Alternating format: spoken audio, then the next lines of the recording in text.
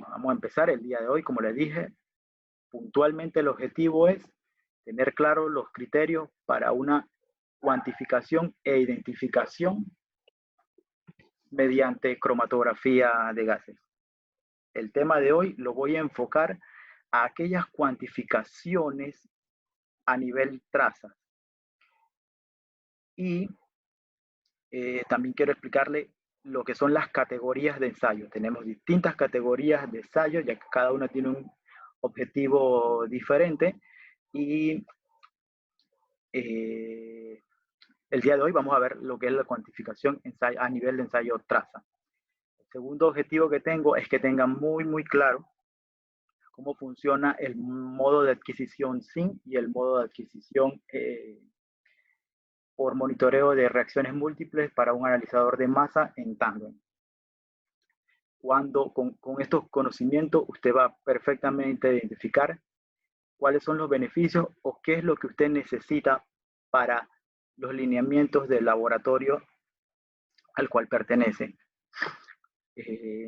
Tomando un poco lo que vimos la semana pasada en la presentación de validación y verificación de método, siempre todo adecuado al propósito. Todo empieza por definir un objetivo, definir un plan, cuál va a ser mi alcance, cuáles van a ser mis matrices, cuáles van a ser mis rangos de concentración. Con eso perfectamente definido es que podemos desarrollar e identificar toda la calidad de pureza, patrones e instrumentación que requerimos para la óptima implementación de un método en un laboratorio.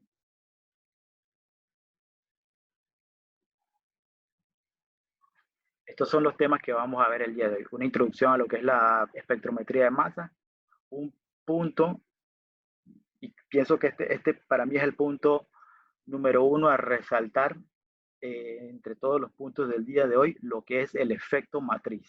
El efecto matriz, he notado que es algo que no se toma mucho en cuenta en general en los laboratorios, pero sí afecta realmente la respuesta de todos los resultados.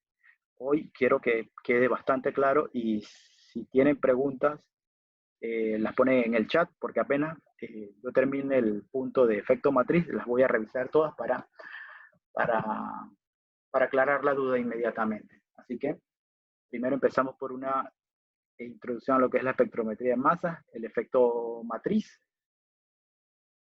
lo que es la cuantificación por espectrometría de masa, incluyendo ejemplos de identificación y cuantificación para un dispositivo tipo simple cuadrupolo o un instrumento tipo tándem de espectrometría de masa. En este momento no quiero llamarle triple cuadrupolo porque es el nombre popularmente conocido, aunque cuando veamos el diseño se van a dar cuenta que no son 3 cuadrupolos en secuencia. Hasta este punto quiero que lo dejen siempre como analizadores de masa en secuencia, tándem, tipo tándem. Y al final un resumen de todos los puntos que vimos. Vamos a empezar por evaluar o comentar un poco lo que ha sido a través del tiempo el desarrollo de las capacidades de detección y a lo largo del tiempo cómo se ha logrado disminuir esos niveles de concentración que son perfectamente cuantificables. Esto ha ido siempre en perfecta sincronía con lo que es la tendencia a aumentar la selectividad en la detección, hasta el punto que estamos hoy en 2020 y la herramienta cuantitativa confirmatoria es aquella que te brinda información estructural del compuesto que estás intentando primero identificar y luego cuantificar. Así que en 2020 la herramienta cualitativa número 1 en el top 3 es la espectrometría de masas. Parece poco, pero en verdad es mucho, ya que existe una gran diversidad de combinaciones de detectores de masa con cromatógrafos líquidos, gaseosos, y entre los detectores de masa existen diversas combinaciones de fuentes de ionización, analizadores de masa y Esto permite que existan distintas combinaciones. Eso es un abanico muy grande de posibilidades a la hora de elegir cuál es el cromatógrafo y cuál es el detector de masa que requiero para mi trabajo a desarrollar. Actualmente, la tecnología de vanguardia o lo más novedoso en lo que es detección por espectrometría de masa son los Orbitrap. Es un analizador de masa bastante novedoso, muy abarcador y sería la, sería el analizador de masa más novedoso que existe en el mercado. Orbitrap.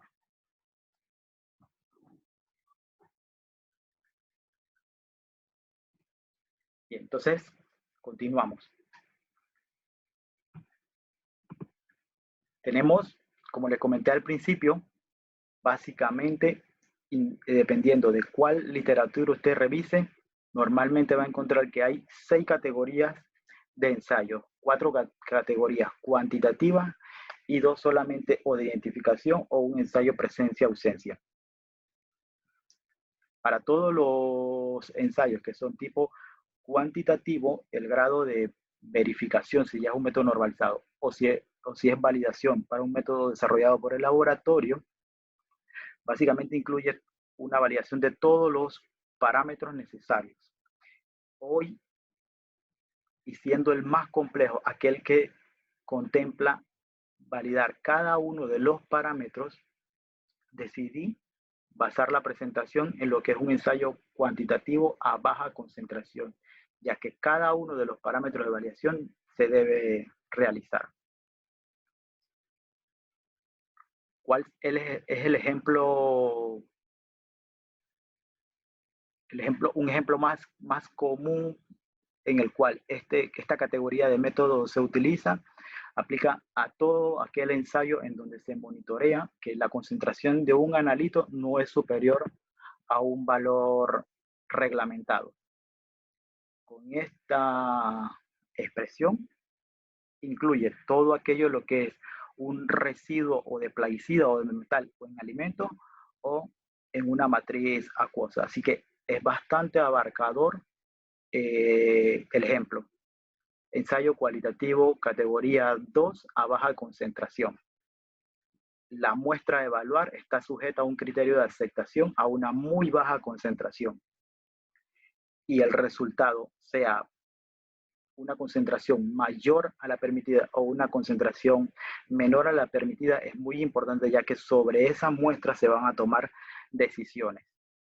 Es un nivel de concentración al que se trabaja muy bajo, por lo cual hay que estar muy seguro del resultado, ya que implica que si el reporte de una muestra marca con una concentración superior a la permitida, pues ahí se debe tomar una decisión, o si es menor, pues se va a obviar de esta decisión y hay que estar seguro en si realmente esa respuesta que estoy obteniendo es la correcta.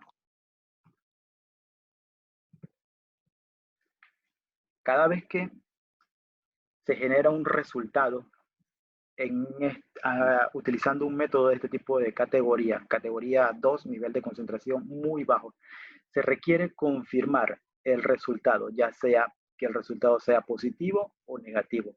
Cuando tienen un resultado negativo, un resultado en donde la concentración obtenida no supera el valor máximo permitido, se debe tener muy presente que la calibración con la que se cuantificó está aceptable, está bajo control, está generando confiables, generando resultados confiables, muy cercanos al límite de cuantificación. Para una calibración aceptable, lo que normalmente he visto que se evalúa es el coeficiente de correlación o el coeficiente de determinación. De la charla de aquellos que participaron la semana pasada o los que van a participar en el segundo tema de esto, vamos a ver que más que evaluar la linealidad de una recta de calibración, hay que tener muy presente el comportamiento de lo que es la pendiente y el intersecto de esa recta de calibración.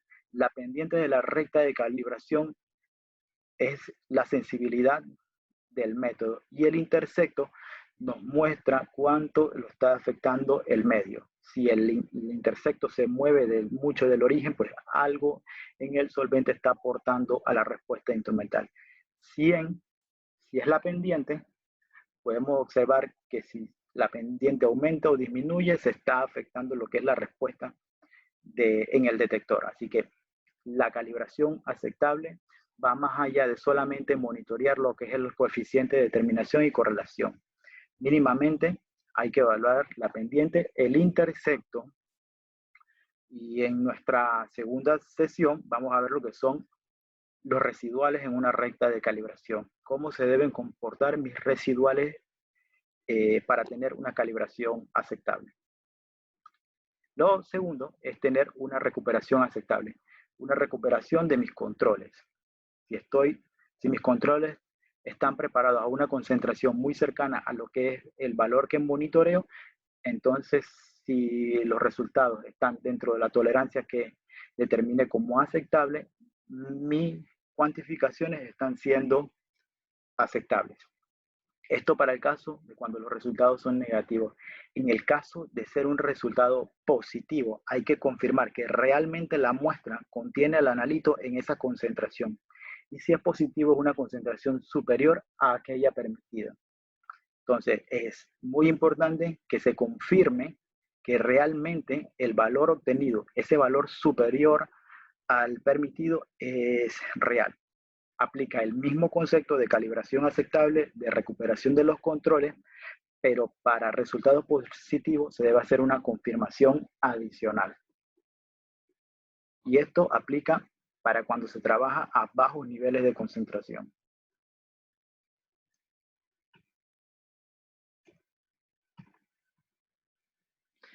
Bien, ¿en qué consiste esa confirmación adicional? Consiste en realizar el mismo método utilizando una columna diferente, un detector diferente, derivatizando el analito o utilizando un método alternativo.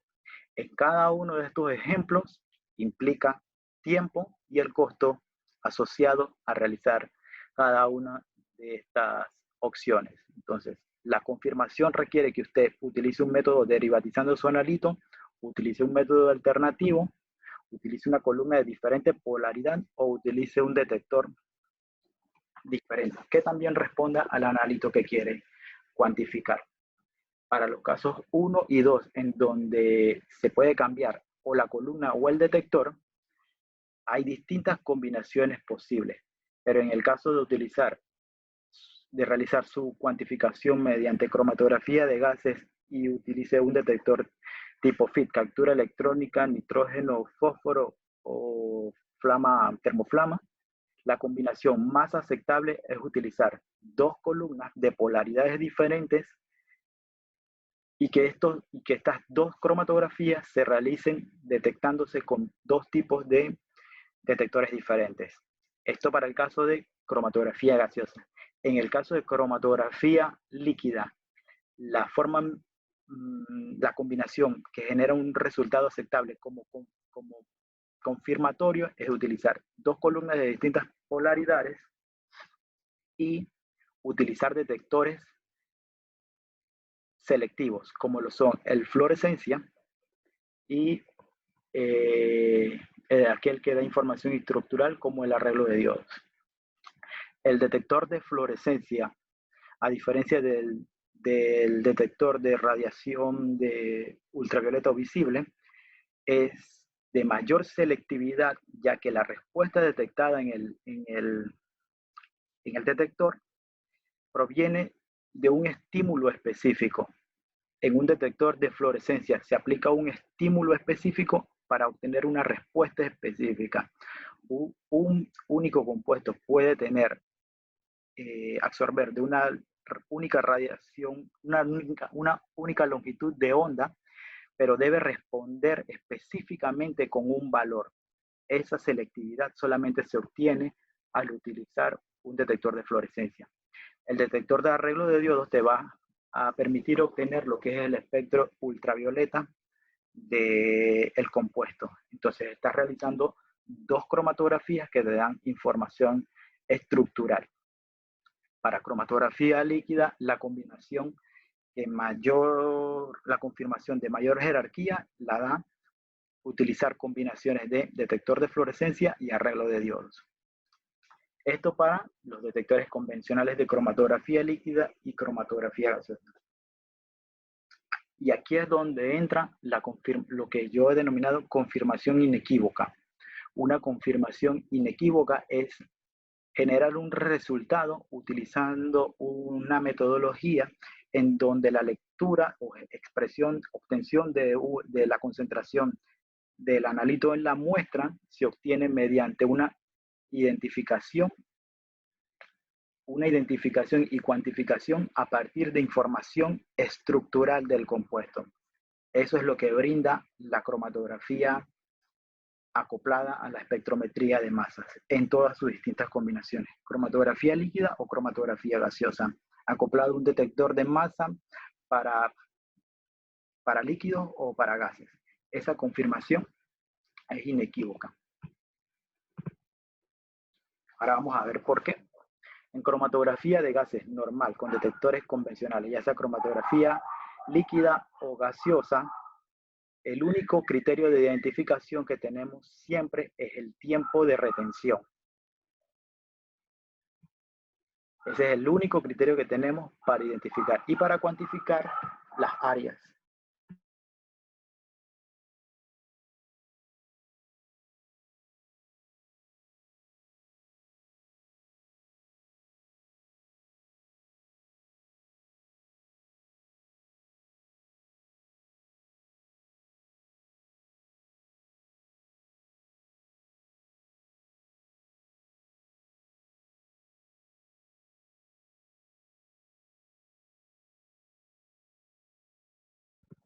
Y en el único criterio de aceptación, de identificación que tenemos en cromatografía líquida o gaseosa con detectores UV, FIT, NPD, SD, es el tiempo de retención. Y un compuesto va a tener un tiempo de retención en una columna y un compuesto va a tener que tener otro tiempo de retención en otra columna de distinta polaridad. Pero en una misma columna, más de un compuesto puede tener el mismo tiempo de retención. Así que la detección puede estar interferida por otro analito que coeluye al mismo tiempo del analito que está intentando cuantificar.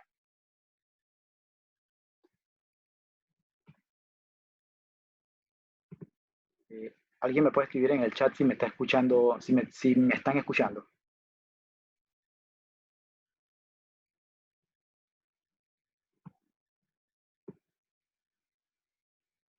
Listo, continuamos. Bien, entonces, cromatografía líquida o de gases con detectores convencionales, el único criterio que existe es el tiempo de identificación, es el tiempo de retención. Y más de un compuesto puede tener el mismo tiempo de retención.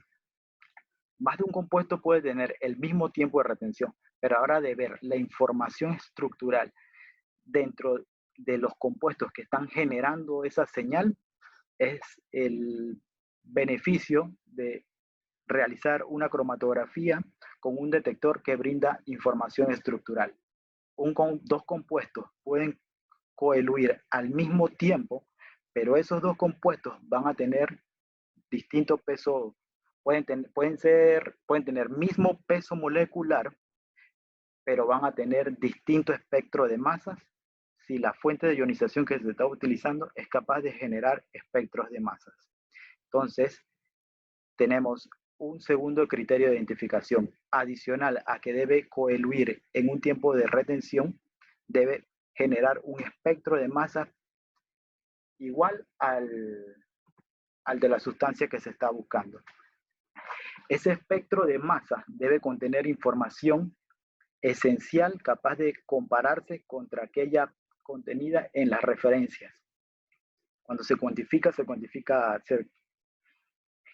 crea una recta de calibración utilizando patrones. Estos patrones generan información estructural también. La información del analito presente en la muestra debe generar información igual a los patrones utilizados para calibrar el instrumento. En lo que es un espectro de masa, debemos identificar siempre guión molecular, pico base, patrón isotópico, relaciones entre las intensidades de las señales que se utilizan para identificar, y todo esto crea un conjunto de datos que son utilizados para identificar. En una cuantificación inequívoca se utiliza una técnica de separación cromatográfica y una detección basada en información estructural. Tiempo de retención, ion molecular, pico base, porcentaje de relación de los iones, patrón y patrón isotópico son todos los elementos que le permite a usted realizar una confirmación inequívoca. Va más allá de solamente comparar tiempos de retenciones. Si el detector es selectivo y brinda información estructural, no importa que otra sustancia esté coeluyendo al mismo tiempo del analito que usted está buscando. Si el analito es el mismo, pues la información estructural va a ser igual.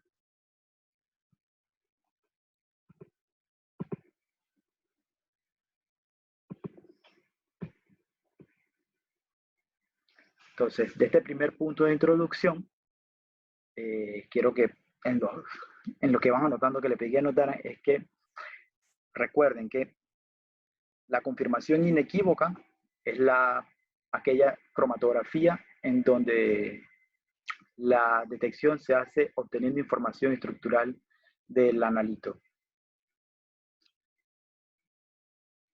En el caso de utilizar cromatografía y los detectores no sean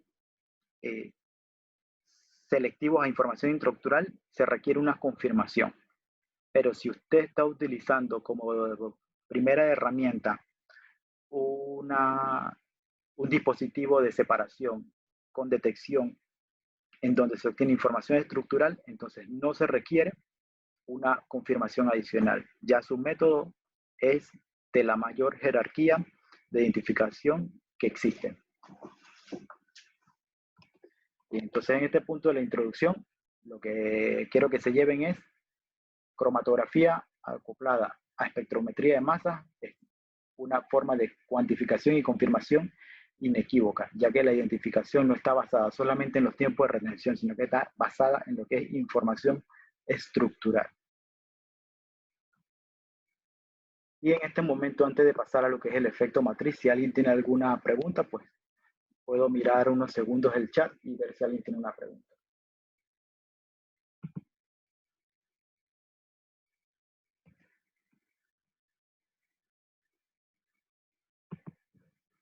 Y ahora vamos a ver lo que es el efecto matriz y cómo afecta la matriz a lo que es la selectividad, a la capacidad del instrumento de identificar y lo que es la sensibilidad. Entonces, el efecto matriz es algo muy, muy importante a la hora de implementar un método en un laboratorio.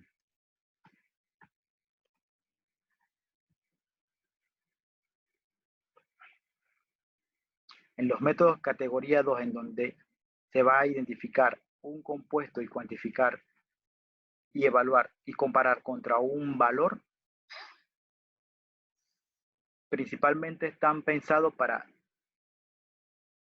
muestras en donde las matrices son altamente complejas. En esas matrices altamente complejas siempre hay que incluir un paso de extracción, un paso de eliminación de compuestos que pueden interferir en la lectura, y para ello existen distintos tipos de preparación de muestra, todos ellos pensados en concentrar el analito a cuantificar o eliminar lo que son las interferencias. ¿Por qué es importante entonces eliminar estas interferencias? Porque ellas pueden responder a nuestro detector o pueden competir contra el analito a la hora de la detección. Esto va a generar que haya una incorrecta cuantificación, que haya problemas de sensibilidades, que se contaminen los sistemas cromatográficos. Por eso es necesario eliminar los pasos de limpieza para evitar introducir directamente en el instrumento esas matrices altamente complejas.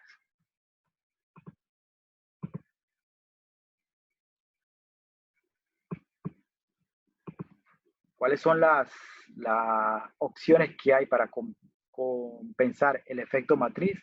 Es elegir cuidadosamente los iones que se van a utilizar para cuantificar, preparar las rectas de calibración en lugar del solvente, prepararlas en lo que es la matriz, mejorar los pasos de limpieza de la muestra o utilizar métodos cuantitativos alternos. En ese mismo orden de prioridad es que se compensan estos problemas de matriz. Así que hoy vamos a ver y enfocarnos en lo que es la cuidadosa selección de los iones que se utilizan para cuantificar.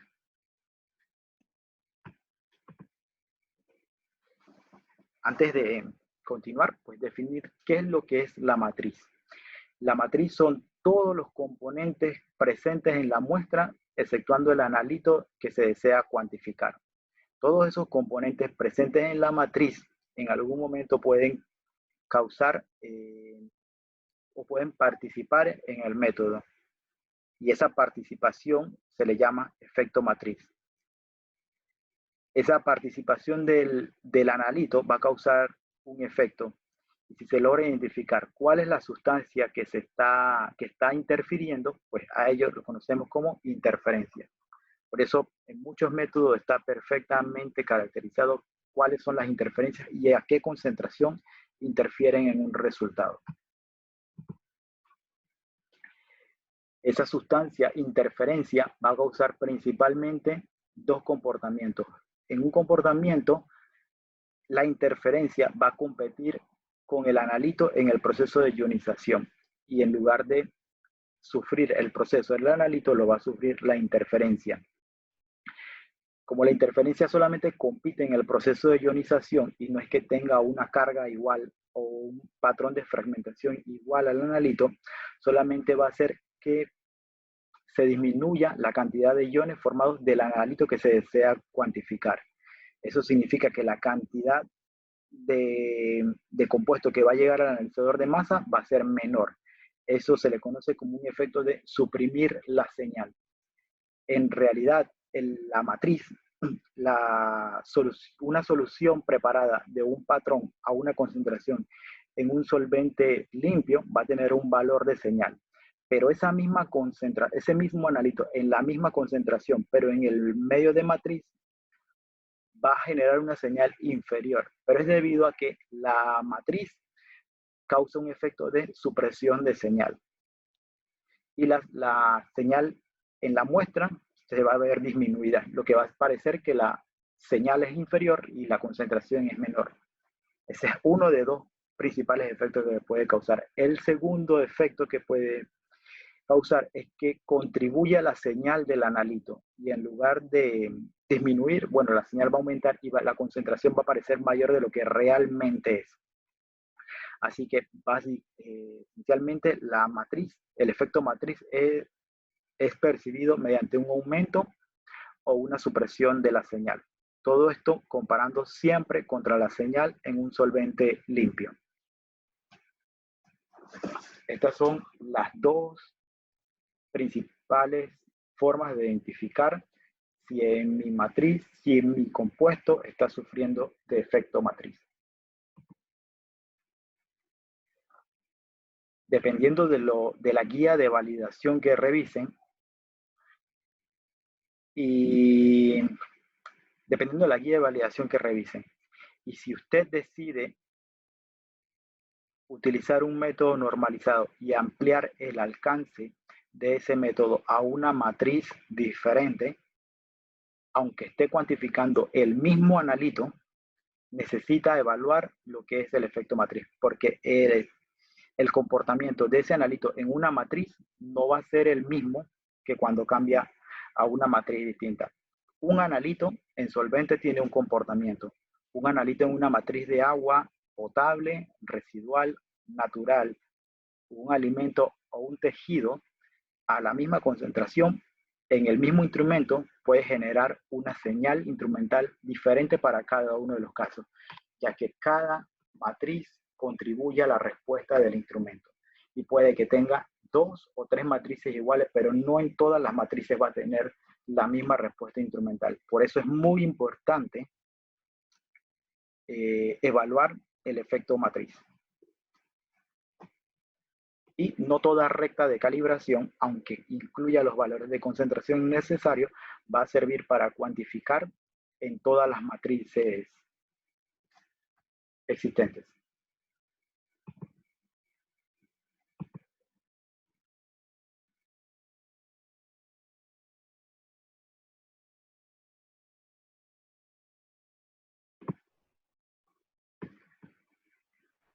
Listo.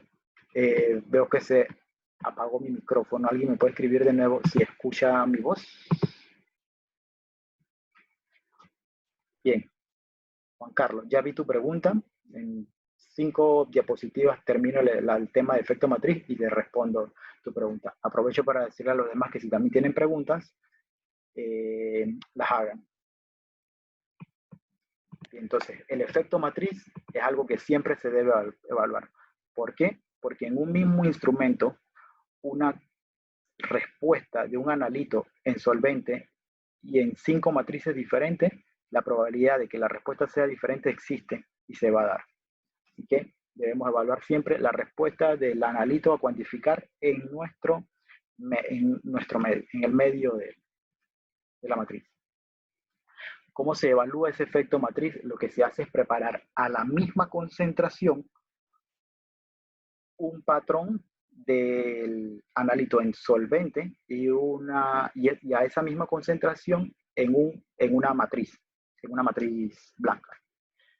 En una matriz que esté libre de ese analito. Y lo que se hace es comparar la señal instrumental, ya sea área o altura, del analito en la matriz versus la señal instrumental altura o área en el solvente. Esa relación entre más se aproxima a 100, menor es la influencia matricial que tiene esa matriz sobre ese analito. Ahora lo vamos a ver con números. Aquí, en este ejemplo, tenemos una lista de una serie de plaguicidas en donde se registra su valor de señal instrumental en función de la altura versus su valor de señal instrumental en una matriz blanca. Y podemos ver que todos los valores principalmente están por encima del 100%. Eso significa que la señal en la matriz aumenta mucho, aumenta inclusive en algunos casos hasta el doble. Por ejemplo, para el fentoato, al preparar el patrón en matriz, observan una señal, una altura que es aproximadamente el doble de cuando se prepara en solvente. Así que el valor de efecto matriz para ese compuesto está a un 198%. La señal en matriz se potencia hasta el doble del valor. Así que allí hay un importante efecto. Y si ven los valores en la tabla, la mayoría son valores muy elevados. Con respecto a la evaluación al 100%, entre un 80 y 120% se considera que la interferencia matricial es mínima. Si los valores están por debajo de 80% y por encima de 120%, entonces ya la matriz sí está realizando un aporte significativo, ya sea de supresión o de incremento de la señal. Aquí en este ejemplo que les presento, todos los compuestos, solo hay uno que no tiene efecto matricial. Todos los compuestos tienen el fenómeno de incremento de señal.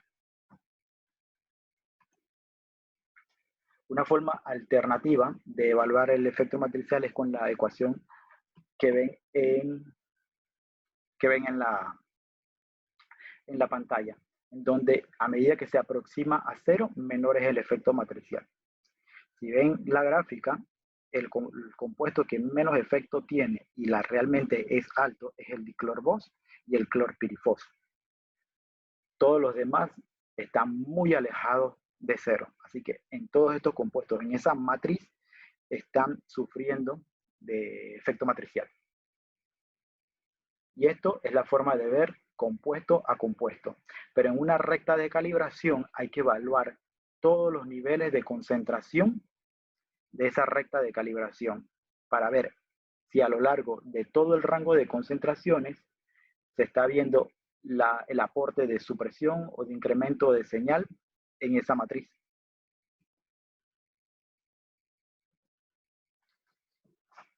La anterior era solamente evaluar las áreas a una concentración, pero como les dije, hay que evaluar el efecto matricial a lo largo de todo el rango de concentración con el cual se diseñó la recta de calibración. ¿Cómo se ve el efecto matricial en una recta de calibración? Pues lo que se ve afectado son las pendientes. Aquí ven, por ejemplo, para el compuesto etoprofos, que en solvente la pendiente es mucho menor que en matriz. Y está claro porque la señal, como vimos en la tabla anterior, en todos los compuestos se incrementa. O sea, va a haber mayor respuesta y va a tener un mayores valores, mayor pendiente. Así que las pendientes, a la hora de evaluar si hay efecto matricial mediante las pendientes, lo que hay que ver es cómo se mueve la pendiente de la recta de calibración en matriz versus la pendiente de la recta de calibración en solvente. Puede aumentar la pendiente o puede disminuir la pendiente. Y eso le va a permitir a usted identificar si la matriz está incrementando o suprimiendo la señal. Al igual que los valores de área, entre más se aproximan a 100, menor es la interferencia matricial. Aquí, por ejemplo, para este compuesto, vemos que en solvente hay una pendiente muy parecida a cuando se prepara una recta de calibración en Blueberry. Pero ese mismo compuesto se prepara los mismos niveles de concentración en una matriz de Avogadro, la pendiente entonces disminuye. Porque en esta matriz 2 sí se está comportando con un efecto de supresión. Entonces, a este punto, en combinación con los que le comenté hace unos minutos, un mismo compuesto va a tener un compuesto va a tener un comportamiento en solvente, pero eso no garantiza que en todas las matrices que se vaya a probar, ese compuesto va a tener el mismo comportamiento. Aquí si ven, hay dos matrices de alimentos. En una no hay efecto matriz, pero en la otra sí hay. Y el otro punto que quería, y esto creo que sería de la primera cosa que les voy a pedir que anoten, si ven las tres rectas de calibración, tienen coeficientes de 0.99. O sea, hay una linealidad fija para los tres. Las tres, si evaluamos lo que es la linealidad, pues las tres linealidades están muy próximas entre ellas, pero las pendientes entre Avogadro y solvente y Blueberry, entre solvente y Blueberry son muy parecidas, pero en Avogadro la pendiente es muy diferente, la pendiente es menor. Así que ahí hay un efecto de supresión. Por eso es que a la hora de realizar una recta de calibración, no basta solo con evaluar la linealidad. Hay que evaluar los residuales, hay que evaluar la pendiente, cómo se está comportando, y hay que evaluar también el intercepto.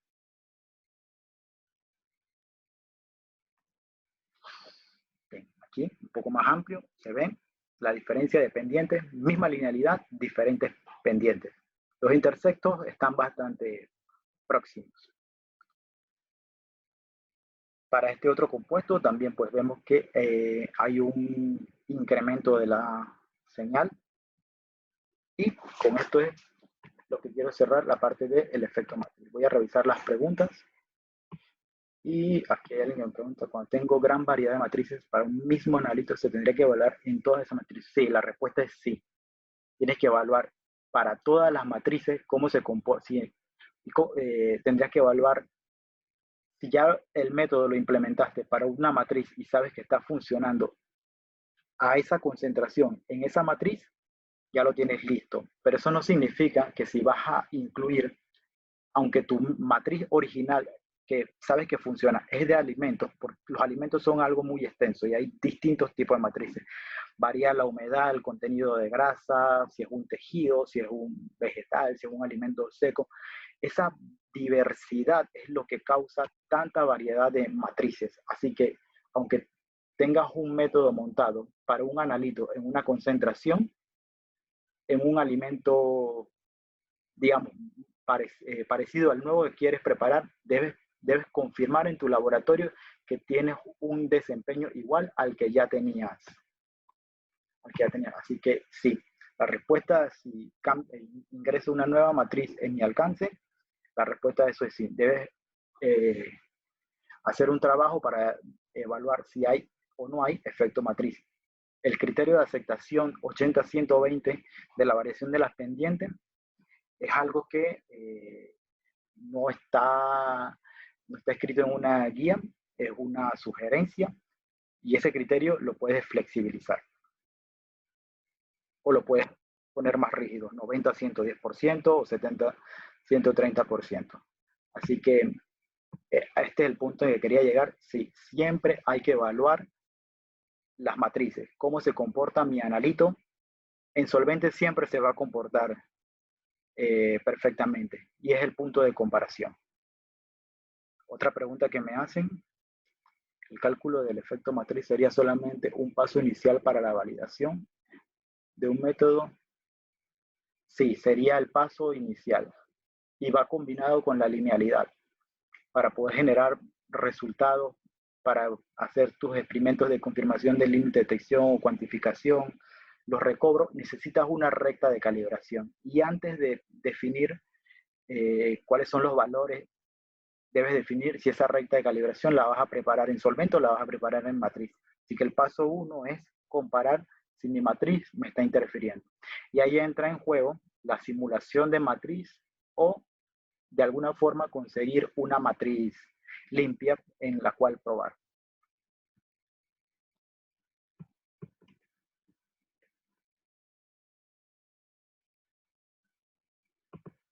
Bien, entonces continuamos. Son las dos preguntas que veo. ¿Qué continuamos? Efecto matriz, método confirmatorio inequívoco. Son los dos puntos hasta ahora. Bueno, una pregunta más. Creo que será la última. Y entonces continuamos. Espectrometría de masas. El diseño del instrumento que se utiliza para espectrometría de masa obedece principalmente a la capacidad de un compuesto de volatilizarse, y esa capacidad se ve muy afectada por lo que es la funcionalización que tiene un compuesto. Entre más funcionalizado está, mayor es su polaridad, menor es su volatilidad. El caso de los instrumentos de cromatografía de gases, se requiere que los compuestos sean volátiles, y para que sea volátil su funcionalización debe ser muy baja y por tanto su volatilidad alta. Así que el alcance de la cromatografía de gases va a los compuestos de peso molecular menor a 1000. Ese sería el alcance, y de polaridad baja. Compuestos volátiles de peso molecular menor de 1000 y de polaridad baja. Hay herramientas o técnicas que se pueden utilizar para compensar lo que es la volatilidad, como la derivatización, pero no es propio del compuesto. Es una modificación que se le hace al compuesto para aumentar lo que es su volatilidad. Es una herramienta válida, pero va a incluir en su procedimiento un paso extra, el paso de derivatizar, modificar la estructura del compuesto para que su volatilidad aumente, y está fuertemente asociado a lo que es el rendimiento de una reacción. Dependiendo del efecto estérico de donde esté el grupo funcional capaz de reaccionar, pues eso es lo que va a generar un distinto rendimiento en la reacción. Lo ideal es que, para que cuantifique su rendimiento de reacción, llegue al 100%. Eso depende de la estructura molecular. Así que la derivatización existe, no funciona igual para todos los compuestos, pero es una herramienta que se puede utilizar.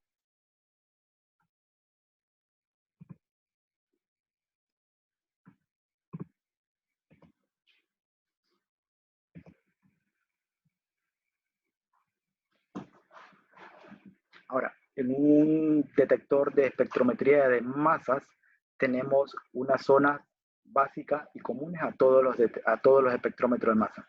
Un lugar donde se ioniza el compuesto, un lugar donde se enfocan los iones, un analizador de masa y un detector. En este momento vamos a ver las fuentes de ionización comunes más utilizadas para los detectores, para los cromatógrafos, para los detectores de espectrometría de masa acoplados a cromatografías. La cámara de ionización. En la cámara de ionización, lo que se hace es suministrar una cantidad de energía a la molécula y en el proceso de reordenamiento o de liberación de energía, lo que hace la molécula es fragmentarse.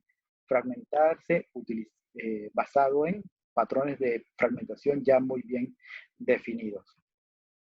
En la cámara de ionización, un haz de electrones impacta su molécula, se genera un segundo electrón y una molécula cargada. Esa molécula cargada aún contiene una cantidad de energía y en el proceso de reordenamiento y de liberación de energía para alcanzar de nuevo su estado basal, la molécula lo que hace es fragmentarse siguiendo un patrón definido que depende de la funcionalización y estructura del compuesto.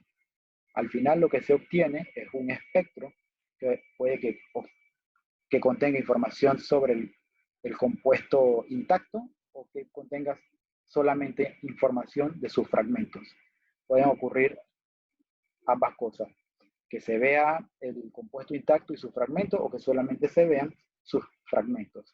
Esto en el caso de una fuente de ionización electrónica. Adicional, existen otros tipos de ionizaciones, como son la ionización química.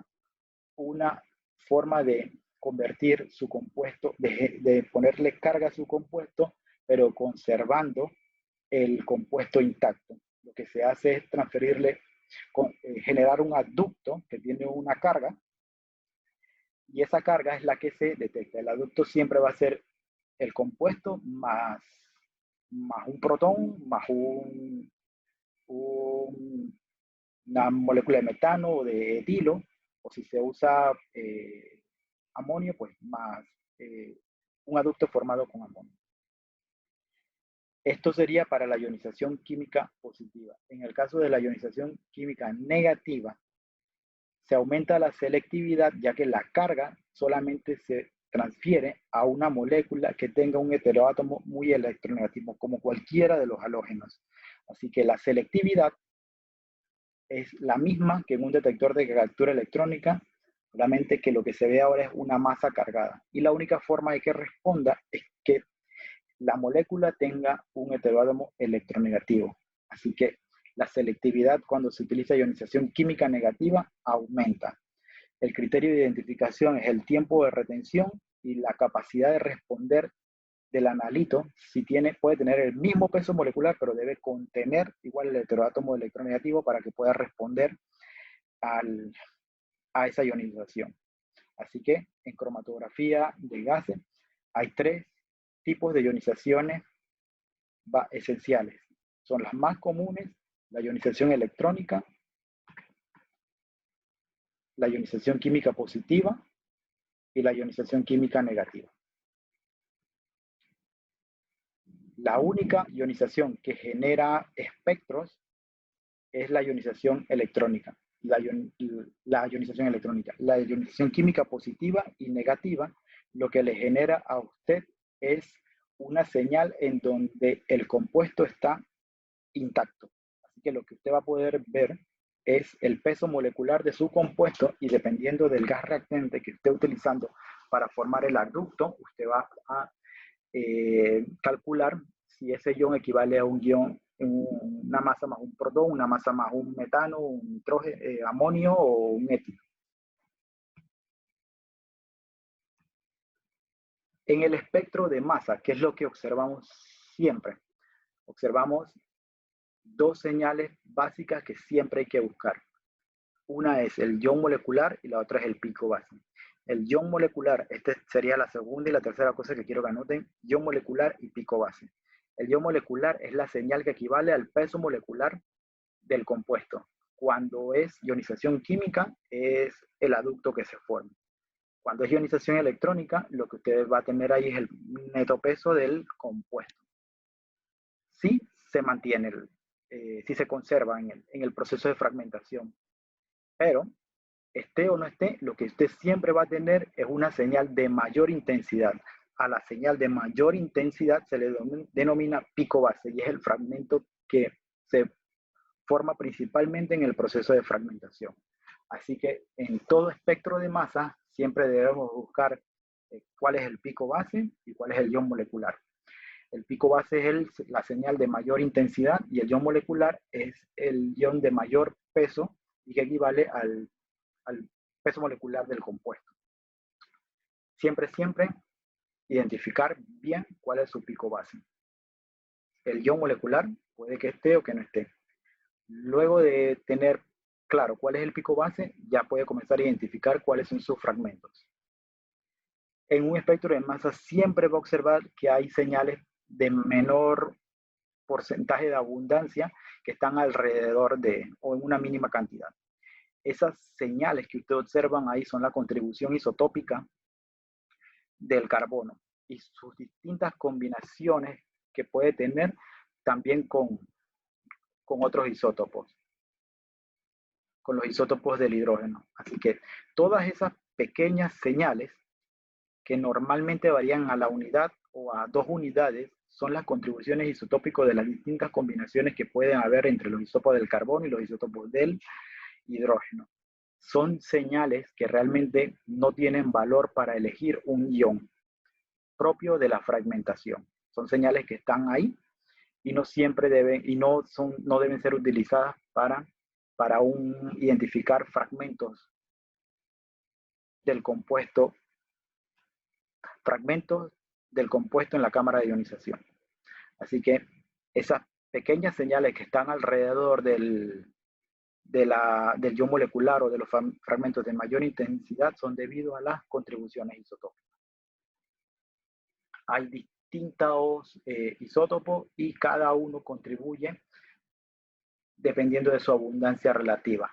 Pero puntualmente hay 2 elementos que su abundancia relativa es mucho mayor y esta abundancia superior sí genera lo que en adelante, y quiero que anoten en este momento, es la contribución isotópica. Genera espectros con patrones isotópicos y eso siempre lo van a observar si su compuesto a determinar tiene o cloro o tiene bromo. Si su compuesto tiene alguno de estos 2 elementos, es clave que el patrón isotópico esté presente. ¿Cómo vemos ese patrón isotópico? Para un compuesto que tenga un cloro, usted va a observar una señal a 1/3 de la señal que equivale a la contribución isotópica del cloro 37. Si tiene 2 patrones isotópicos, usted va a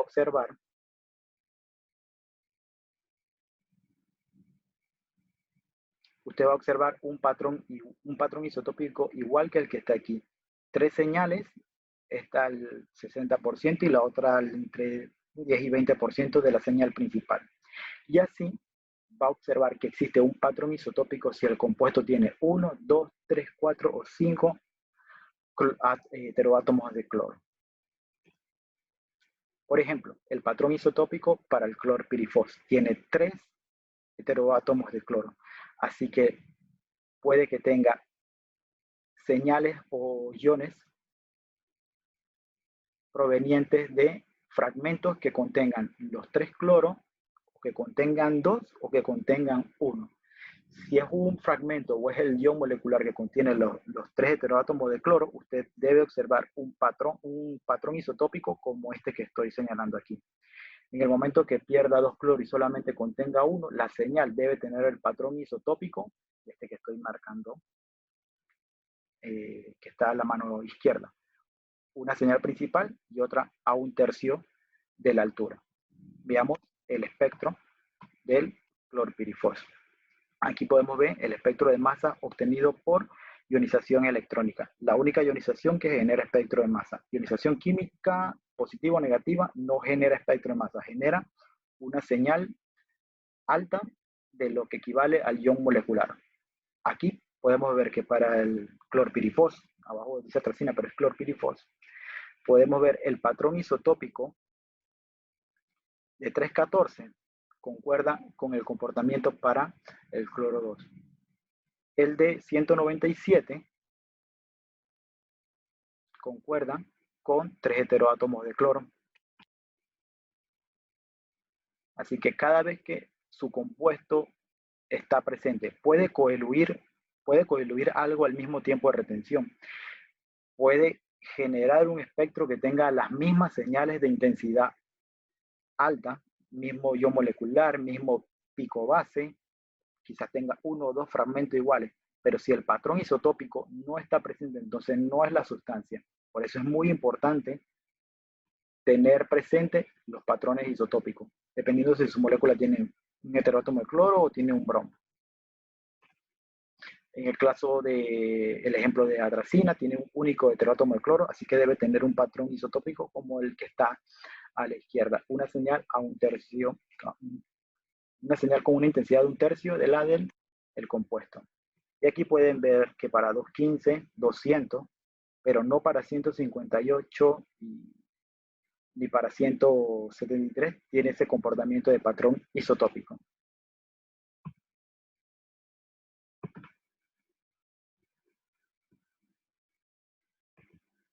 Bien, eso es lo que le quería decir del patrón isotópico. Si su analito que intenta determinar o algo que intenta identificar ve que tiene ese comportamiento en las señales, pues tome en cuenta que va a ser debido a la presencia de un heteroátomo electronegativo que tiene isótopos de gran contribución isotópica.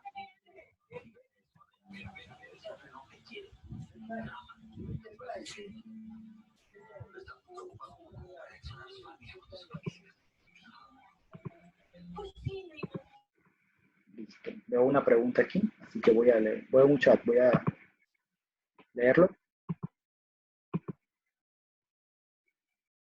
Bien, otra pregunta. Como método de confirmación en GCMS, ¿se podría realizar con las dos formas de ionización? Sí, esa es una.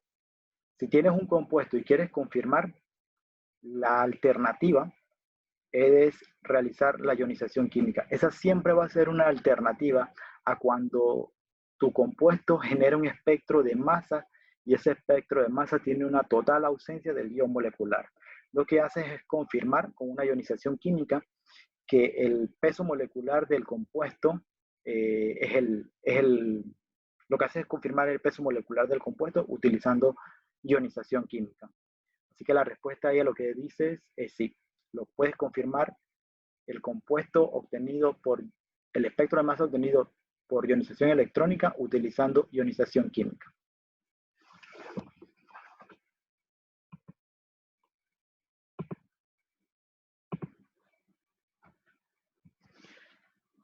Bien, ahora segunda sección de los cromatógrafos, el analizador de masa. Y existen distintos tipos de analizadores de masa, cada uno con propiedades de rango de masa y resolución diferentes. Los cuadrupolos tienen un rango de masa que va de entre 4 y 5 hasta 1090 unidades de masa. Realmente 4 o 5 no tiene gran valor porque no hay compuesto de interés que tenga ese peso. El rango de masa de un cuadrupolo es el adecuado para un compuesto candidato a cromatografía de gases, en donde se requiere que sea volátil, y para ser volátil normalmente su peso molecular va a estar por debajo de 1000. Hay analizadores de masa pensados para lo que es la determinación de masas exactas. Para eso están lo que son los tiempos de vuelo, el Orbitrap, o también se puede ver algo con la trampa de iones. Pero para cuantificación, el cuadrupolo, y lo que es el tema de la charla de cuantificación, cuadrupolo es una perfecta herramienta, te da una resolución a la unidad y te da un rango de masa perfecto para cromatografía de gases. Esas son las propiedades de los analizadores de masa. No es el único que existe el cuadrupolo, existen otros tipos como el tiempo de vuelo, la trampa de iones y las distintas combinaciones que existen entre ellos.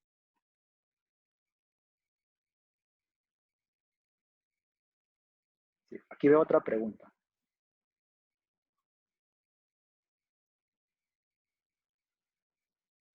Si tengo un pico en el cromatograma y la librería me indica que pueden ser dos moléculas distintas, distintas a un porcentaje similar al 28% para los dos, ¿cómo podría discriminar de cuál sería realmente? Ahí necesitas mejorar es tu cromatografía. Porque si te está diciendo eso es porque adentro hay dos compuestos, dentro de la coelución hay dos compuestos. Hay una herramienta que se llama de convolución, que te va a separar esas dos señales en cada uno de los compuestos, y ahí vas a tener que comenzar a mirar los patrones de fragmentación de cada uno.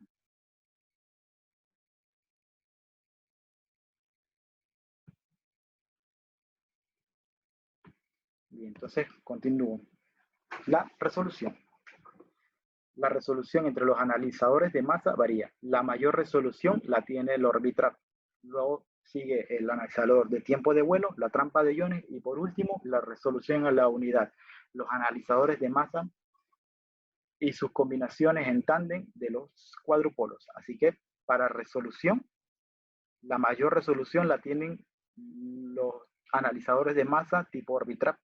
Luego vienen los tiempos de vuelo, trampa de iones y por último, el de menor resolución, el que tiene resolución a la unidad, es el cuadrupolo. Eso no significa que sea un orden de prioridad o de calidad de resultados. Significa que la resolución varía. Y para cuantificar o identificar, cada uno de los analizadores de masa tiene sus propias cualidades y criterios para identificar.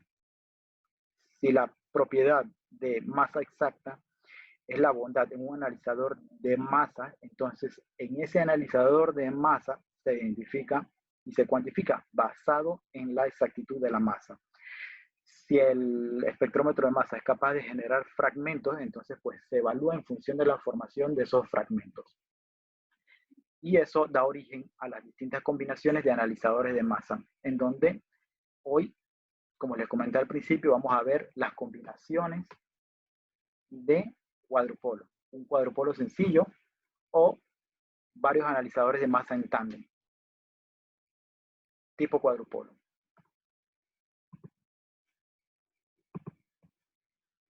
Un criterio para identificar, dependiendo de qué instrumento tienes, es, por ejemplo, si tienes un dispositivo con una resolución a la unidad y que tiene un solo analizador de masa, necesitas elegir 3 iones. Si tienes ese mismo analizador de masa en tándem, como son los QTOF, QTRAP, QURBITRAP, entonces necesitas tener 2 iones productos. Y el día de hoy vamos a terminar claramente sabiendo cuáles son esos 3 iones y qué significan 2 iones productos. Para eso, para la completa y correcta cuantificación, las variaciones entre las intensidades de los iones, como vimos, si el pico base es 100% y sus fragmentos formados tienen un porcentaje de abundancia que no debe variar entre más del 30%. Si elijo un ion de carga de masa 100 y un segundo ion de masa 50, que tiene una intensidad de 50, entonces ese, a la hora de identificar esa variación de intensidad, no debe ir más allá del 80 y no debe ir menos del 30%. Aunque en el compuesto esté presente ambos iones, si la intensidad no concuerda, entonces no es el mismo compuesto. ¿Qué es lo que tenemos a la hora de inyectar un compuesto?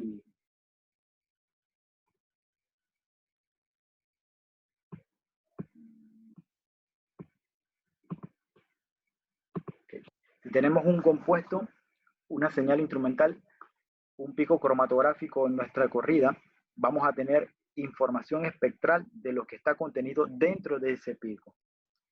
Y eso es lo que vamos a comparar contra una librería. Dentro de ese pico pueden haber más de un compuesto porque pueden estar coeluyendo varios compuestos al mismo tiempo. Esto lo podemos compensar de dos formas. O le aumentamos la selectividad al sistema de detección o utilizamos una herramienta de convolución que nos va a permitir ver dentro de este pico cromatográfico tan intenso cuántos compuestos, según la deconvolución, hay dentro de él.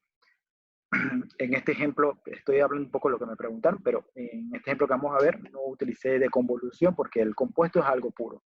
El pico cromatográfico tiene un frente, pero es por sobrecarga de inyección. Entonces, dentro de esta señal, lo que debemos observar es que si es una sustancia pura, a lo largo de todo el pico, el espectro de masa va a ser igual. Si tomamos la información que hay al principio, en el medio y al final, y los tres espectros en cada una de las regiones son diferentes, eso ya es indicativo de que en esa zona están coeluyendo tres sustancias diferentes. Cuando promedies el espectro que hay dentro, y lo mandes a buscar en una base de datos, la base de datos te va a expresar un resultado donde dice que hay tres cosas que se parecen, pero es porque él está promediando toda la zona y toda la información contenida. Lo que necesitas en este caso es, uno, o utilizar una herramienta de convolución que sí te va a decir qué es lo que hay al principio, en el medio y al final, o mejorar tu cromatografía para que realmente cromatográficamente las tres señales estén separadas y te permita ver el espectro puro dentro de cada una de esas señales. La otra opción es que si sabes lo que estás buscando y algo te está interfiriendo, puedes modificar la adquisición del instrumento para que aumente su selectividad. Le puedes decir, quiero que me busque específicamente algo. Y a eso le llamamos modo SYN, que es lo que vamos a ver en un par de diapositivas más adelante. Bien, entonces aquí tenemos un espectro dentro del pico cromatográfico y le pedimos a la base de datos que nos busque. La base de datos es una búsqueda igual que Google. Lo que pongas en Google te va a dar un resultado de búsqueda. Aquí entra en acción el criterio del analista, de aquel que está operando el instrumento, en donde le va a tocar evaluar si el resultado que me está dando de búsqueda el software realmente tiene concordancia con lo que tengo en mi señal. El software siempre va a dar un resultado, al igual que cuando en Google ponemos una palabra y nos dan 2 millones de resultados, porque la búsqueda no la estamos filtrando de ninguna forma. Cuando el software usted le pide que busque, él lo que hace es comparar los picos de mayor intensidad, pero esas mayores intensidades pueden ser debido a que dentro de ese pico hay dos compuestos, así que la alta intensidad de ambos compuestos se va a sumar y el software va a buscar la intensidad total, pero sin discriminar quién es de quién. ¿Cómo se compensa eso? Aumentando la selectividad en un modo SYN o utilizando un software de convolución. Si es una sustancia pura, como vimos, el espectro de masa tiene que ser el mismo a lo largo de todo el pico cromatográfico. Si el compuesto ya tiene mismo tiempo de retención, mismo pico base, yo molecular y fragmentos de mayor intensidad, ahora lo que hay que hacer adicional es evaluar los patrones isotópicos y la relación de intensidad de los iones. Aquí, por ejemplo, ven que el ion 215 es aproximadamente el 50% del de 200. Si así es en el espectro de referencia y así lo obtuvieron al adquirir la corrida del estándar, cuando corran las muestras, esa intensidad, si es el analito, se debe mantener igual. Si tienen una señal de 200, que es de la misma intensidad que 215, aunque estén las dos señales, esas intensidades no son iguales. Por lo tanto, ese no es el compuesto. Deben concordar tiempo de retención, patrón isotópico, relación de los iones pico base, ion molecular y fragmento. Por eso es que la cuantificación utilizando un detector que da información estructural es una poderosa herramienta. Aquí lo que vemos, patrón de 200. Lo que debe hacer el analista es evaluar si el primer resultado realmente concuerda. Aquí, pues en este caso sí sabíamos que el compuesto, sabíamos cuál es la identidad del compuesto que estamos buscando y realmente concuerda. Su ion molecular de 215, su pico base de 200, los fragmentos de 173, 58, eso concuerda perfectamente. Así que en este caso concuerda todo. Y el patrón isotópico está presente ahí. Así que en este caso la identificación es inequívoca.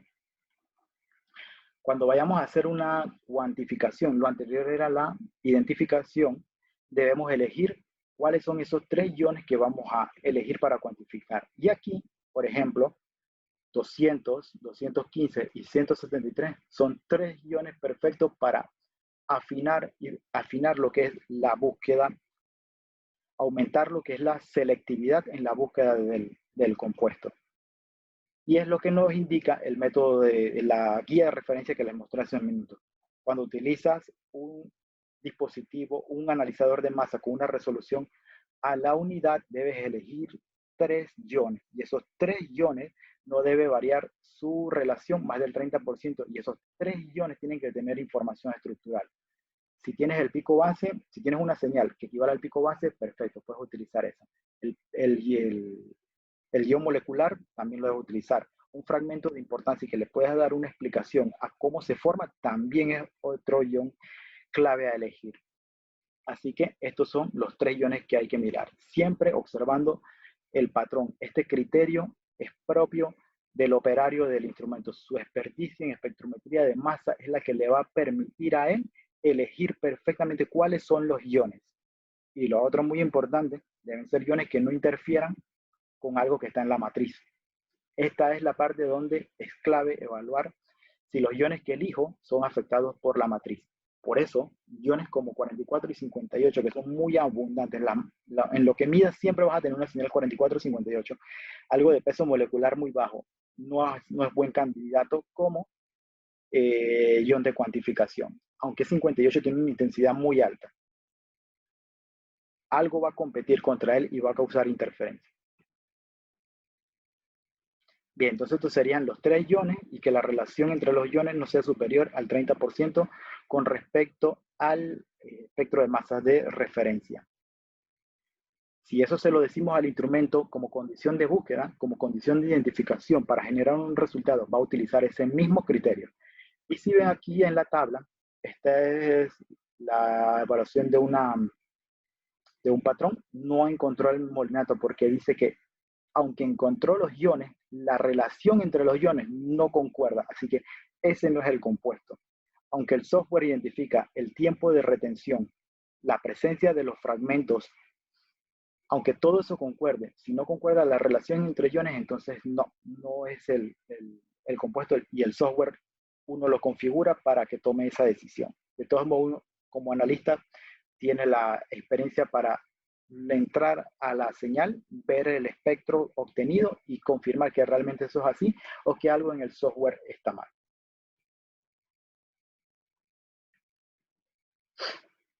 Por eso es muy importante a la hora de elegir el desarrollo del método y la configuración de adquisición, seleccionar muy bien los iones.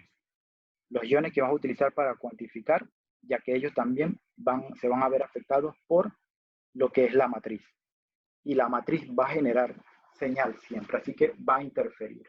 La selección de los iones es un punto muy importante. Entonces, antes de continuar a la parte ya de cuantificación, voy a ver de nuevo las preguntas.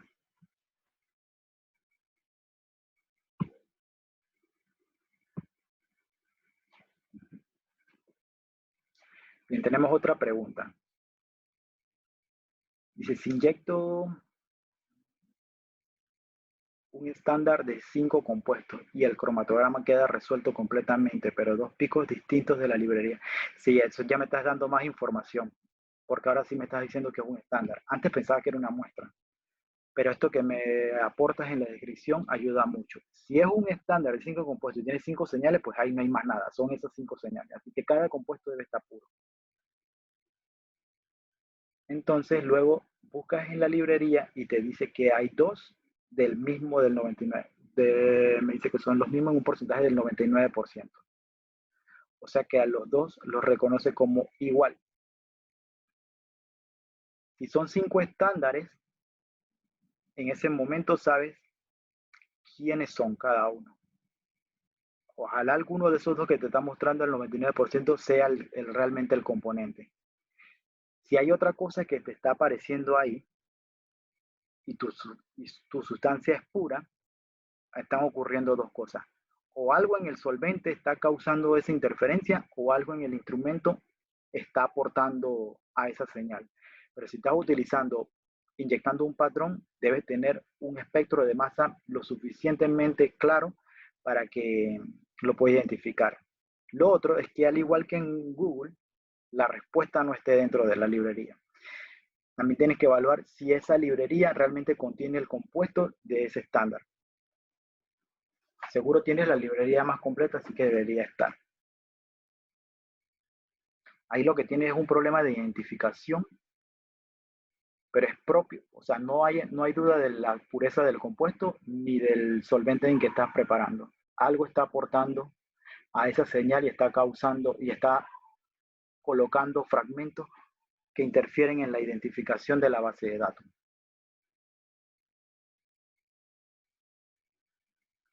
Tenemos otra pregunta y lo de Giancarlos. Si quieres luego lo vemos en detalle, porque sí me gustaría ver el espectro de lo que inyectas versus el espectro de lo que te muestra como resultado el software.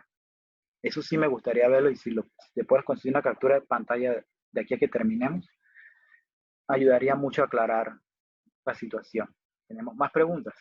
Al definir los iones de cuantificación, ese 30% de criterio, ¿en base a qué se establece? Sí, puede ser mayor del 30% y menor. El 30% se los muestro como una guía de referencia para que tengan definido para que tengan claro que hay que definir cuánto es lo más que se puede diferenciar mis iones en la muestra con respecto al patrón. 30% realmente es un valor grande. Si lo subes hasta 50% y en uno de los iones que estás monitoreando tiene una abundancia de 80% con respecto al pico base, si él es 50%, él puede estar, si él es el 80% y le das una tolerancia de 50%, él puede estar desde 130% más grande que el pico base hasta 30% menor que su propia señal. 50% es bastante grande. Ya 30% es grande.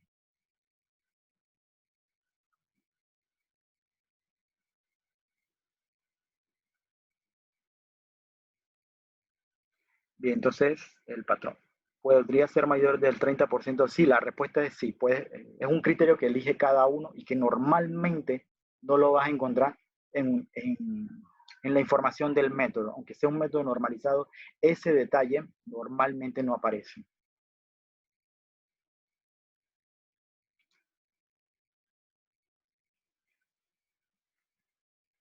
Sí, bueno, listo. Esas son las dos preguntas que veo. Ahora vamos a continuar a lo que es la cuantificación por espectrometría masa.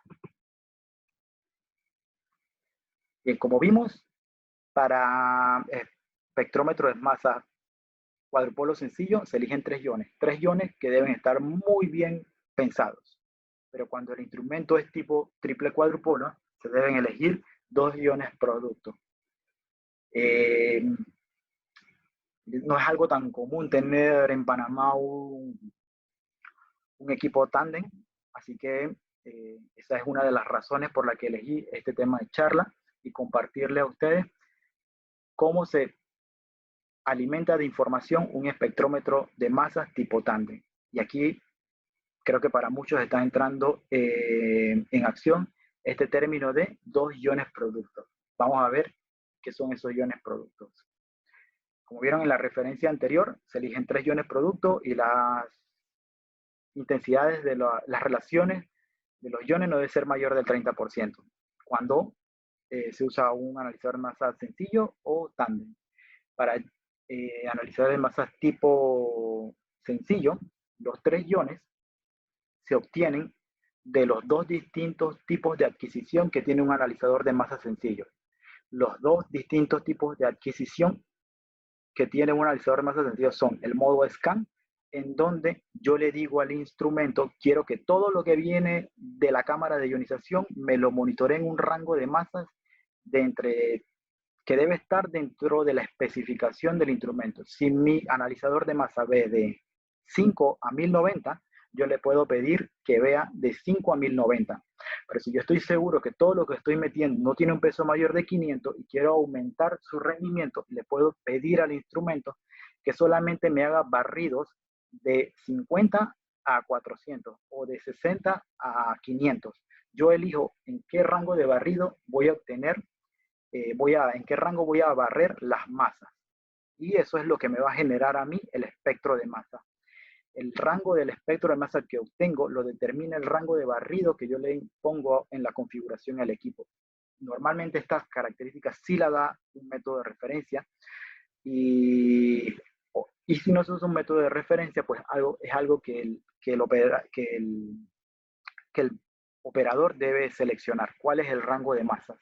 Ok, estoy trabajando metabolitos primarios. Yo sé que todos son pequeños, así que voy a utilizar un rango de masa para que me incluya todas las masas de esos tipos de metabolitos. O estoy trabajando algo más grande, así que voy a ampliar mi rango de masa. Ese es lo que hay que definir en el modo de barrido. En ese modo de barrido se obtienen los espectros de masa. Ese modo de barrido es el que te permite obtener espectros para luego comparar contra bases de datos. Y tomen en cuenta que si su base de datos está construida o adquirida en un rango de masas de entre 50 y 700, pues lo ideal es que usted compare o adquiera en un rango muy similar. Así que esta es otra cosa que pueden apuntar, averiguar mi base de datos, la información que contiene, en qué rango de masa se obtiene. Porque lo otro es que si elijo un rango de masas muy pequeño, de 300 a 500, cuando busquen la base de datos, no va a encontrar nada que esté más allá de 500, ni que esté por debajo de 300. Así que muy importante es definir cuál es ese rango de barrido. El otro modo de adquisición en un cuadrupolo sencillo es el monitoreo de los iones. En ese le pido al instrumento que únicamente esté mirando los iones característicos o que elegí para identificar. No funciona como el barrido que ve todo, sino que selectivamente él va a buscar iones específicos. Esta es la forma en que el analizador de masa cuadrupolo potencia su función cuantitativa. El modo de barrido es la poderosa herramienta cualitativa que te permite comparar contra una base de datos, y el modo SIN es su poderosa herramienta cuantitativa que te va a permitir aumentar tu selectividad y cuantificar los compuestos. Todo instrumento actual tiene la capacidad de combinar ambos modos. Te permite realizar barrido y monitoreo simple de iones, todo al mismo tiempo.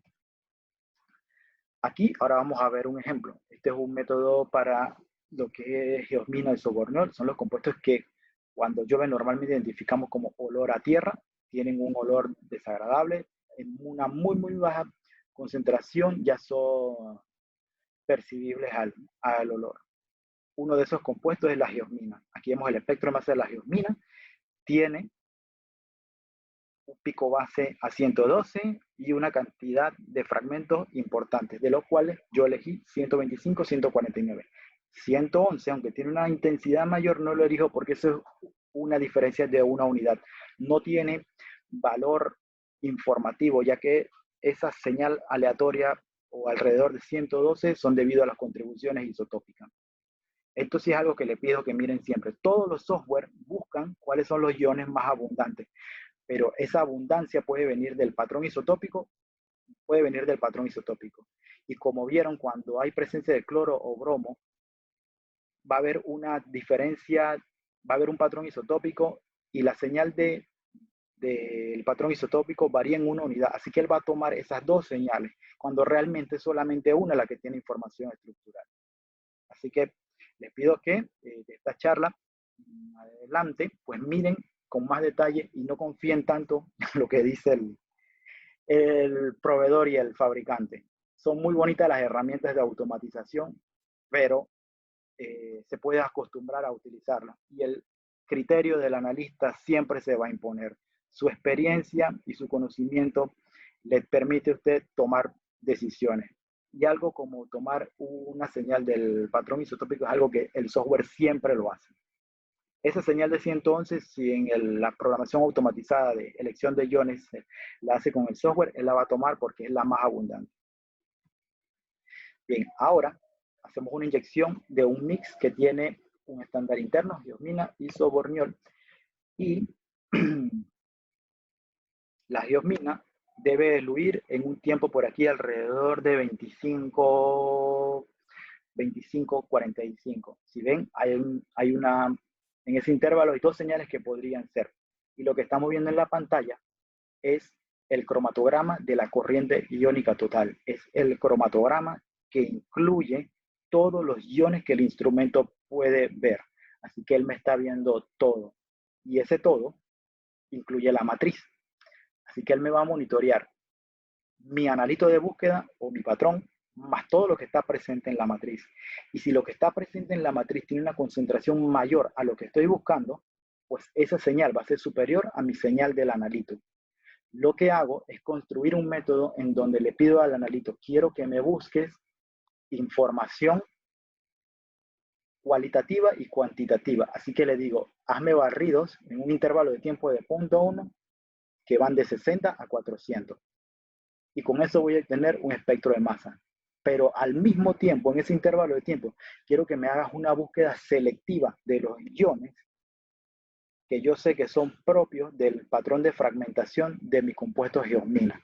Y le elegí 112, 125 y 149. En este momento estamos viendo que hay señales que tienen poca forma cromatográfica, pero esa señal equivale a la corriente iónica total. Yo lo que hago para aumentar mi selectividad y mejorar mi búsqueda es decirle al instrumento ahora que me comience a mostrar únicamente los iones y le pido muéstrame dónde está el pico 112, que es uno de los tres que elegir para la búsqueda, y aquí comienza a aparecer mi compuesto, este que está a 25, cerca de 25-30 por ahí.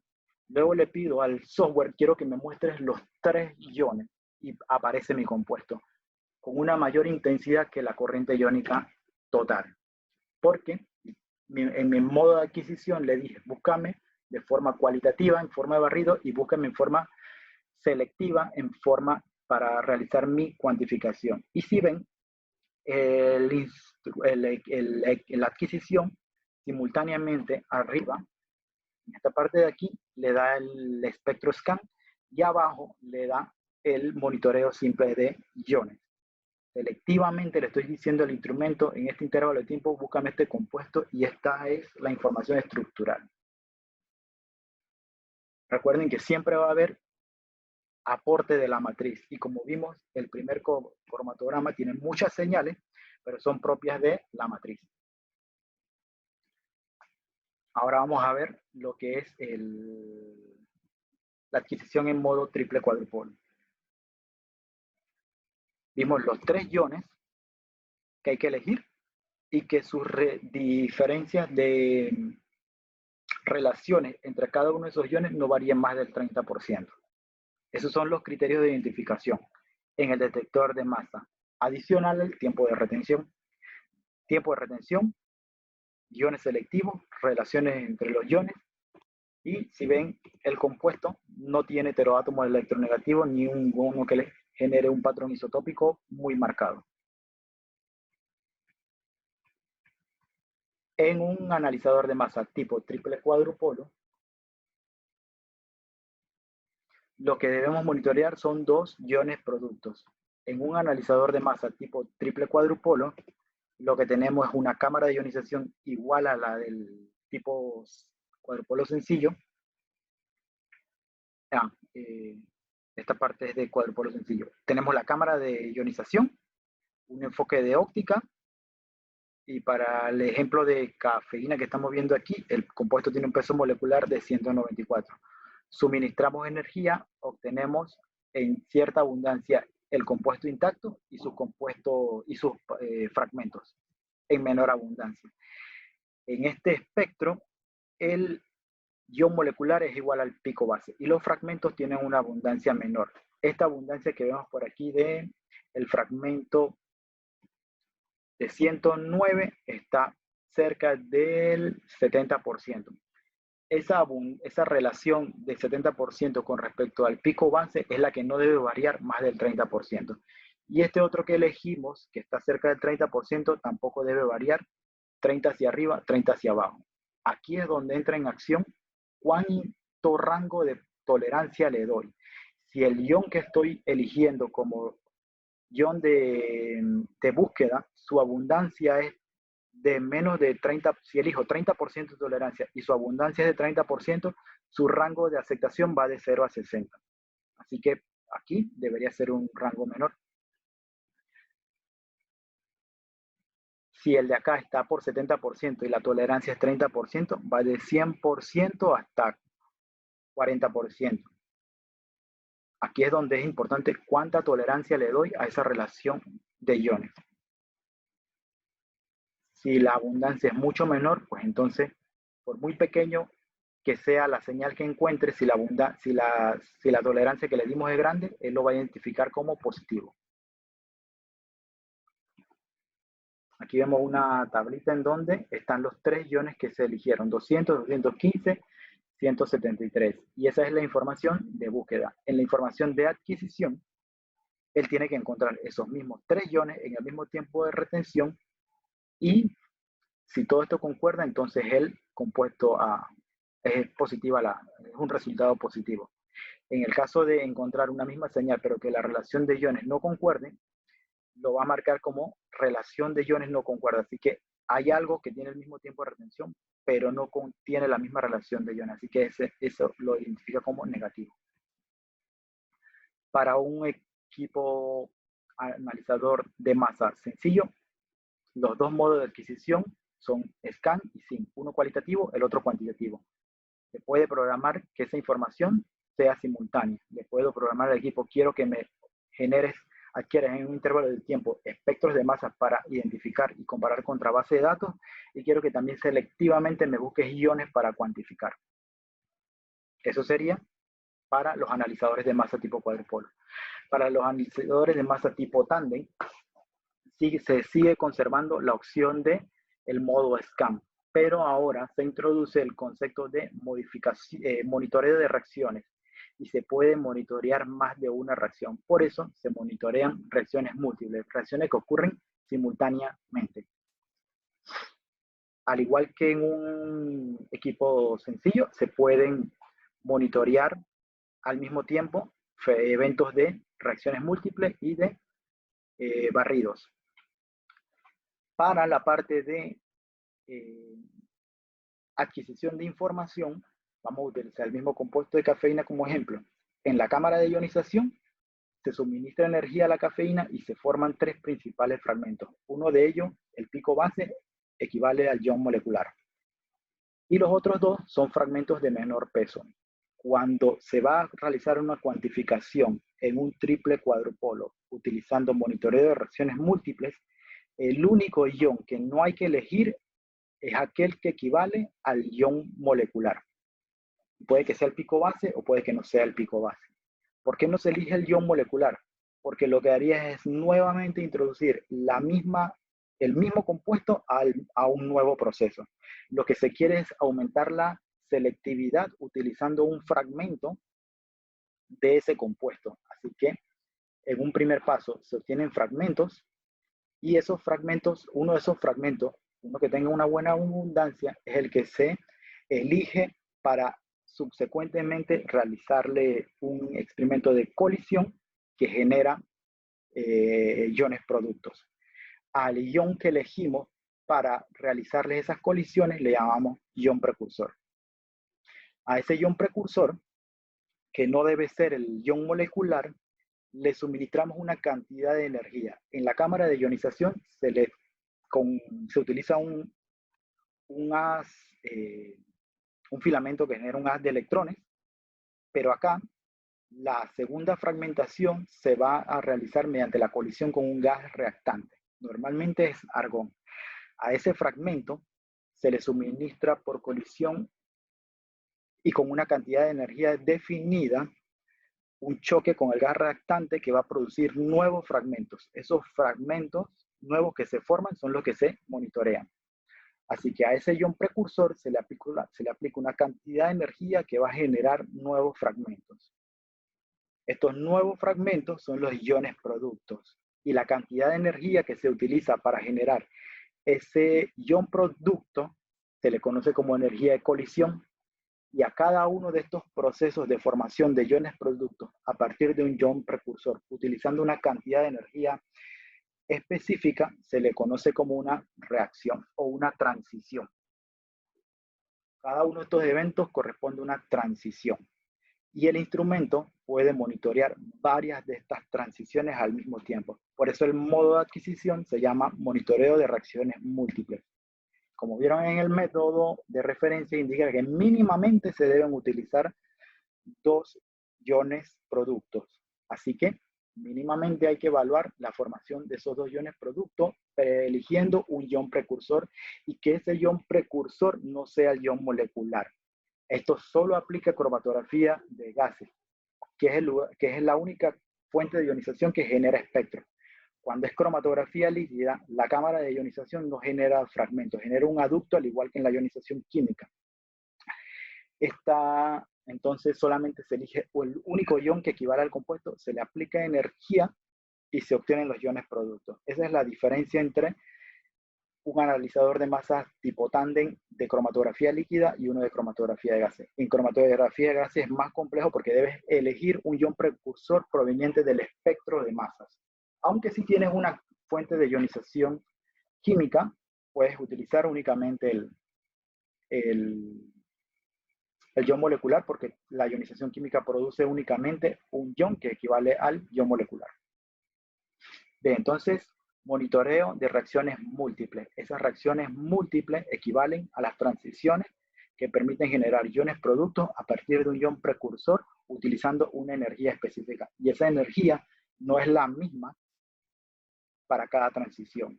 Cada transición tiene su valor de energía y es algo que hay que optimizar en el método. Como vimos, no les dije al principio, no me gusta llamar a los instrumentos triple cuadrupolo porque no hay 3 cuadrupolos en línea. Hay un primer analizador de masa tipo cuadrupolo que puede funcionar como modo scan o aplicar un monitoreo selectivo. Y hay una segunda sección en donde ocurre la colisión a los fragmentos. Esa es la celda de colisión. Hay un Q1 que equivale al analizador 1, hay un Q2 que equivale a la celda de colisión y hay un Q3 que equivale a un segundo analizador de masas. ¿Cuál es la diferencia entre el triple cuadrupolo y el simple? Pues en el monitoreo de reacciones múltiples, las interferencias químicas se minimizan al máximo. El efecto matriz pasa a ser algo que el propio instrumento comienza a filtrar. La selectividad que obtienes al elegir un fragmento de un fragmento de tu espectro de masas es muy específico. Puedes tener un analito que diluye en el mismo tiempo, pero ese analito debe generar, aparte del ion molecular, debe generar un fragmento de un valor específico que estás predefiniendo. Ese precursor le vas a aplicar una cantidad de energía que te va a generar unos iones productos de unos valores específicos. En cada uno de estos puntos estás utilizando masas específicas y la probabilidad de que los fragmentos o de que la interferencia genere este mismo patrón es mínima.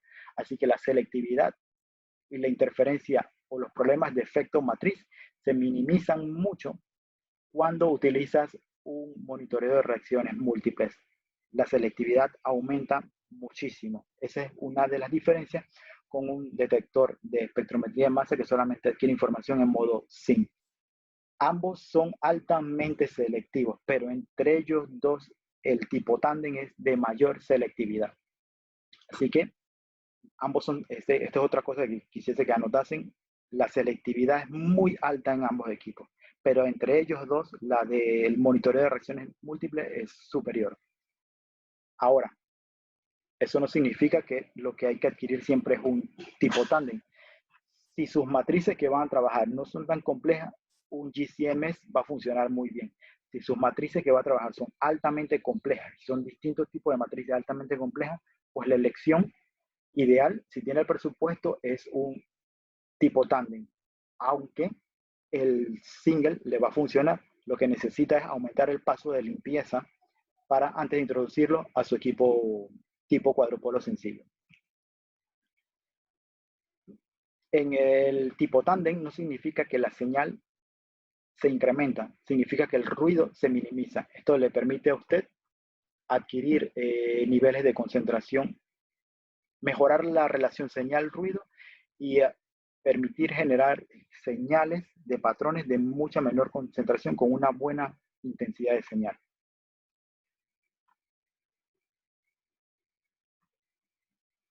La diferencia a la hora de construir un método instrumental para un modo de adquisición SIM o MRM es que en el modo SIM te coloca el nombre, coloca el tiempo de retención y la información de los iones de referencia 1, 2 y junto al ion objetivo completa los 3 iones. En el modo RM necesita elegir un ion precursor, evaluar cuáles son las energías que generan esa mayor cantidad, que generan mayor abundancia los iones producto y configurar cada una de esas transiciones. Vamos a ver un ejemplo de lo que sería cuando tengo un compuesto y quiero crear un método MRM. Ahora tengo este compuesto llamado malatión, tengo su espectro de masa, sé que su peso molecular es 330, no lo veo en el espectro, así que el ion molecular no está presente, pero sí veo iones de buena abundancia, como el 29, 93, 125 y 173. No está presente el ion molecular 330, así que voy a elegir el 173. A ese 173, que es un fragmento del compuesto, le voy a aplicar una cantidad de energía.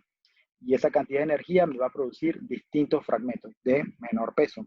Ahora debo evaluar qué cantidad de energía me genera en mayor intensidad cada uno de estos fragmentos. Y para la generación de intensidad del ion 145, la energía de colisión de 5 electron volts me genera un ion de 145 con muy buena intensidad. Para una transición de 173 a 127, también 5 electron volts me genera un ion producto de muy buena intensidad 127. Así que elijo la transición 173 a 145, 173 a 127 con energías de colisión cada una de 5 volts. Cuando construyo mi método, debo decirle en qué tiempo de retención, cuál es el tiempo del ciclo de adquisición, cuál es la transición, cuál es la energía. Y con eso construyo la información de cuantificación en el modo MRM para cada uno de mis compuestos. Cuando van a la literatura y ven esta información, aquí les pongo un ejemplo de cómo presentan en un artículo esta información. En este evaluaron 2 compuestos en modo SIM y modo MRM. Si ven por aquí, los límites de cuantificación son diferentes cuando tengo un instrumento single que cuando tengo un instrumento tándem. Al menos 10 órdenes de magnitud. Y la información de cuantificación me la presenta como unos iones, que deberían ser mínimos 3, pero la información para el tipo tándem me la presenta como transiciones. Aquí, como ven, hace falta la información de la energía. ¿Con qué energía se adquieren esas transiciones? Acá, en otro artículo, el autor presenta la información de una forma diferente. Me dice el compuesto, me dice quién es el ion precursor, quién es el ion producto, y me da la energía para cada uno, la energía de colisión de cada uno de los compuestos. Si ven aquí, cada compuesto tiene una energía de colisión diferente y me da 2 transiciones. Una para cuantificar, otra para confirmar. Esta sí cumple con lo que vimos como criterio anterior. 2 transiciones.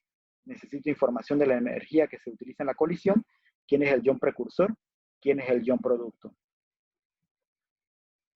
En un software, pues esta información siempre hay que alimentarla.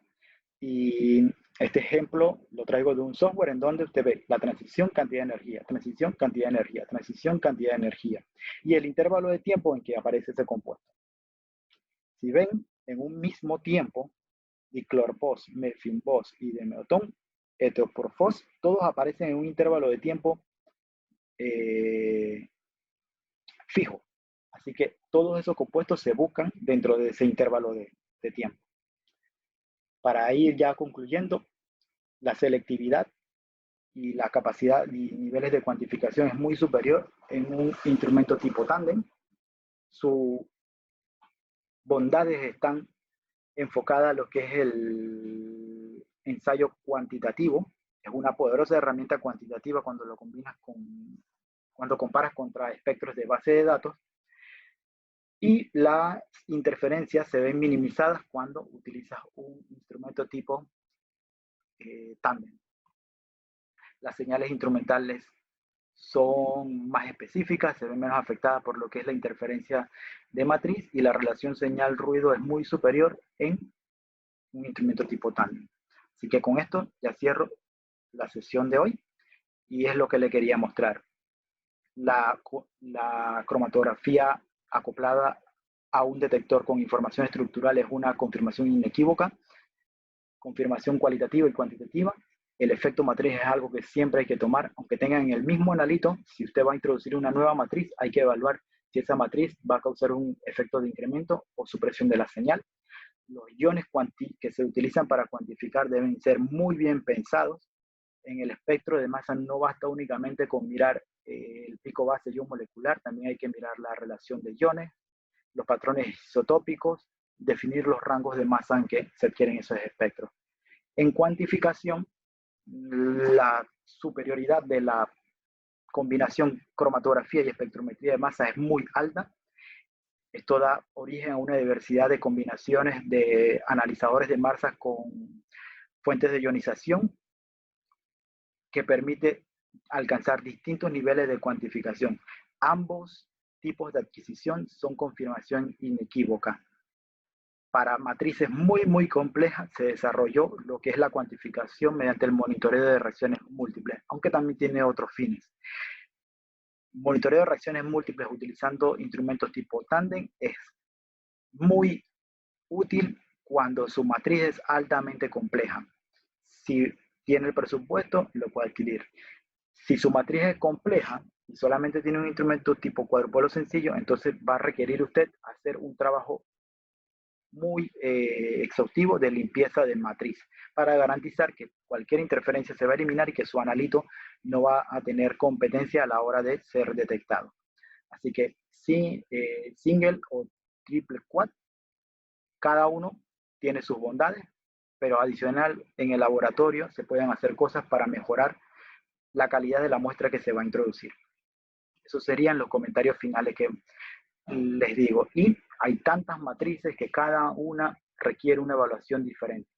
Aunque vaya a determinar en todas estas matrices un analito, una recta de calibración, estoy seguro que no le va a funcionar para todo el mundo. Al igual que el criterio del rango de concentración en el que usted va a buscar, no va a ser igual para todos. Y con esto cerramos la sesión del día